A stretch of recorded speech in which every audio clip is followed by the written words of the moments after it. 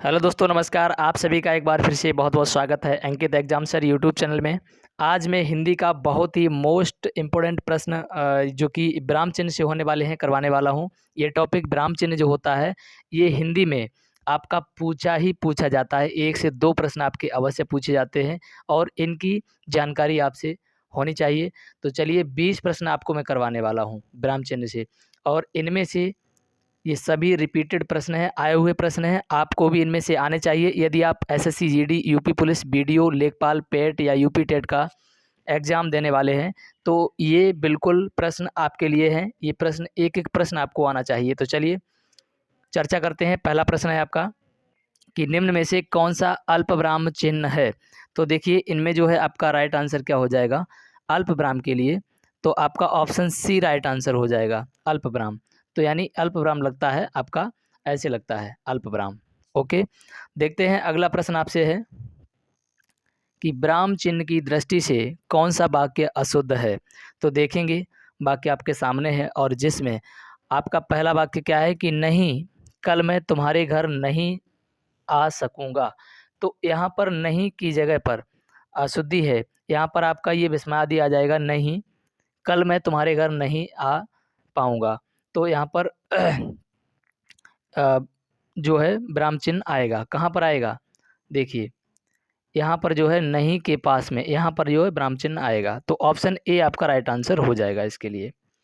अगला प्रश्न है आपका कि हिंदी में अल्पविराम चिन्ह है, इनमें से कौन-सा जो है अल्पविराम चिन्ह है? तो आपका जो है ऑप्शन डी राइट हो जाएगा, यानी ये जो है आपका अल्पविराम चिन्ह है। आगे देखते हैं अगला प्रश्न है, देखिए जो प्रश्न दिया हुआ है यहाँ पर ये चिन्ह कोष्ठकांकित विराम चिन्ह का नाम क्या है? तो देखिए इनमें से इसका नाम क्या है? तो इसका राइट आंसर हो जाएगा ऑप्शन नंबर बी, यानी इसको बोलते हैं अर्धविराम। क्या बोलते हैं इसको? अर्धविराम बोलते हैं। अगला प्रश्न है आपका, अपना स्कोर कमेंट बॉक्स में अवश्य बताएंगे कि आपको इनमें से कितने आते थे। तो चलिए, और अभी तक आपने चैनल को हमारे सब्सक्राइब नहीं किया है तो चैनल को सब्सक्राइब कर लीजिए और बेल आइकन को प्रेस करके वीडियो को लाइक कर दीजिए, क्योंकि ऐसे ही topic wise math, reasoning, GS, GK और हिंदी के मोस्ट रिपीटेड जो एग्ज़ाम की दृष्टि से बहुत ही इम्पोर्टेंट टॉपिक हैं उनको मैं लाता रहता हूं। तो चलिए, निम्न में से अर्धविराम कौन सा है? अर्धविराम के बारे में पूछा है, जैसा कि मैंने अभी जस्ट आपको बताया है। तो इनमें से कौन सा है? ऑप्शन डी आपका राइट हो जाएगा, ये अर्धविराम है। आगे देखेंगे, वाक्य को समाप्त करने के लिए जिसका प्रयोग किया जाता है उसे कहते हैं। तो इसको मैं किसका प्रयोग किया जाता है? तो इसका राइट आंसर हो जाएगा ऑप्शन नंबर बी, यानी समाप्त करने के लिए पूर्ण विराम लगाया जाता है। तो पूर्ण विराम ऑप्शन बी आपका राइट आंसर हो जाएगा। आगे देखते हैं अगला प्रश्न है, हिंदी में पूर्ण विराम का चिन्ह है। तो देखिए जस्ट मैंने अभी बताया है, तो हिंदी में पूर्ण विराम का चिन्ह कौन सा हो जाएगा? तो ऑप्शन सी आपका राइट आंसर हो जाएगा। जो लास्ट में लगता है वही पूर्ण विराम होता है, जैसे कि ऐसे लगाते हैं तो ये हिंदी में पूर्ण विराम होता है। आगे देखते हैं अगला प्रश्न है, राम अयोध्या के राजा थे, कौन सा चिन्ह यानी कौन चिन्ह युक्त है?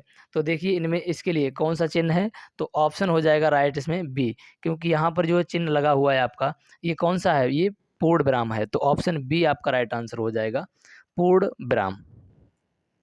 आगे देखते हैं अगला प्रश्न है आपसे पूछा, ये सभी प्रश्न यूपी पुलिस, एसएससी जीडी आदि परीक्षाओं में पूछे हुए प्रश्न है। यहाँ से प्रश्न आते ही आते हैं और 1 से 2 प्रश्न इस क्लास से ही आपके बनने वाले हैं।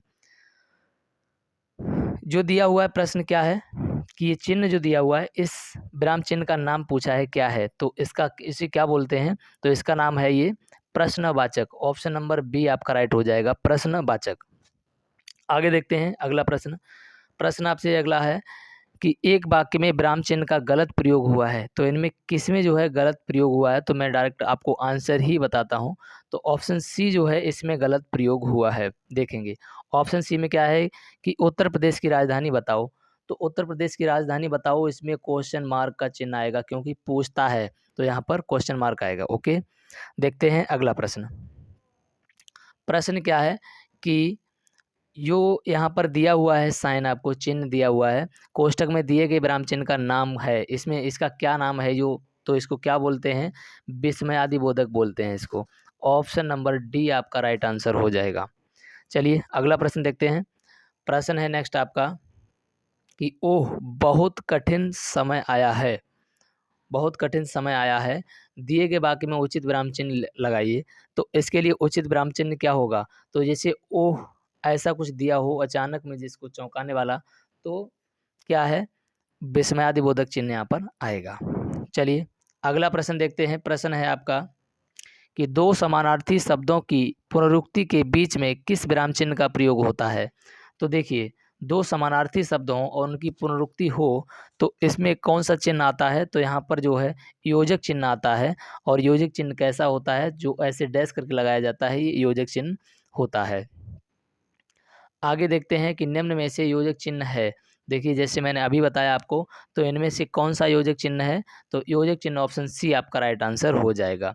और देखिए इसको बोलते हैं प्रश्नवाचक विस्मयादिबोधक और इसको वैकल्पिक प्रश्न चिन्ह बोलते हैं।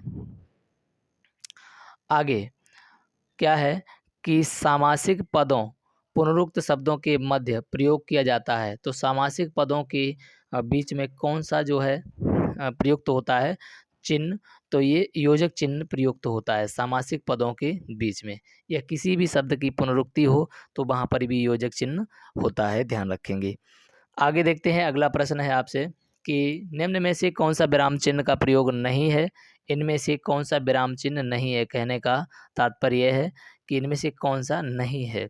तो देखिए यहाँ पर ऑप्शन हो जाएगा सी करेक्ट, यानी उपदेशक कोई चिन्ह नहीं होता है, बाकी ये आपके सभी चिन्ह होते हैं। निर्देशक ऐसा होता है, लाघव चिन्ह ऐसा होता है और विवरण चिन्ह जो है आपका ऐसा होता है, ध्यान रखेंगे। ओके चलिए अगला प्रश्न देखते हैं। प्रश्न क्या है कि दो विपरीतार्थक शब्दों के बीच कौन सा विराम चिन्ह लगता है। देखिए दो विपरीतार्थक यानी विलोम शब्द जो होते हैं, तो इनके जो है कोई शब्द दिया जैसे ऊंचा और नीचा, अच्छा और बुरा, तो इसमें जो है कौन सा चिन्ह लगता है बीच में, तो यहाँ पर आपका राइट आंसर हो जाएगा योजक चिन्ह लगता है। दो विपरीतार्थक शब्दों के बीच में कौन सा चिन्ह, तो योजक चिन्ह लगता है। देखते हैं अगला प्रश्न है आपका, देखिए क्या है कि लेन देन दिया हुआ है यहाँ पर, चलिए दिया हुआ है कि लेन देन, विरह मिलन, जड़ चेतन, ये तीन शब्द दिए हुए हैं। देखिए तो आदि शब्द युग्मों के बीच विराम चिन्ह का प्रयोग होता है, कौन से चिन्ह का प्रयोग होगा, तो यहाँ पर जान लीजिए, मैंने अभी जस्ट बताया आपको कि क्या होगा, यहाँ पर योजक चिन्ह का प्रयोग होगा। किसका, योजक, ध्यान रखेंगे योजक चिन्ह का प्रयोग होता है। आगे देखते हैं अगला प्रश्न है आपका कि जो साइन आपको दिया हुआ है, जो चिन्ह आपको यहाँ पर दिया हुआ है, ये विराम चिन्ह का प्रयोग होता है, यानी इसका जो है प्रयोग कहाँ पर होता है, तो देखेंगे इसका तुल्यता सूचक के लिए, तुल्यता सूचक यानी बराबर के लिए जो होता है इसका चिन्ह का प्रयोग। आगे प्रश्न है आपका ये कि रेखांकित चिन्ह कौन सा है। अब देखेंगे ये जो चिन्ह दिख रहा है आपको, ये इनमें से कौन सा है। मैं इस प्रश्न का चाहूँगा आप सभी लोग कमेंट में इसका आंसर देंगे, कमेंट करके कौन इसका आंसर सबसे पहले बताएगा, जिसका मैं नाम नेक्स्ट ऐसे ही एक अलग टॉपिक लेकर के आऊँगा, तो जिसमें मैं नाम लेकर बताऊँगा किसने प्रीवियस वीडियो का आंसर सबसे पहले दिया। तो मैं आपको लाइफ लाइन देता हूँ कि यहाँ पर इसमें से दो आपके मैं हटा देता हूँ और इनमें से आपको आंसर देना है। 50% लाइफलाइन होगी आपकी, इनमें से आपको आंसर बताना है। तो चलिए वीडियो अच्छी लगी हो तो लाइक कर दीजिए और चैनल को सब्सक्राइब करके बेल आइकन को प्रेस कर लीजिए ऐसी ही वीडियो पाने के लिए। तो चलते मिलते हैं नेक्स्ट वीडियो में, तब तक के लिए जय हिंद।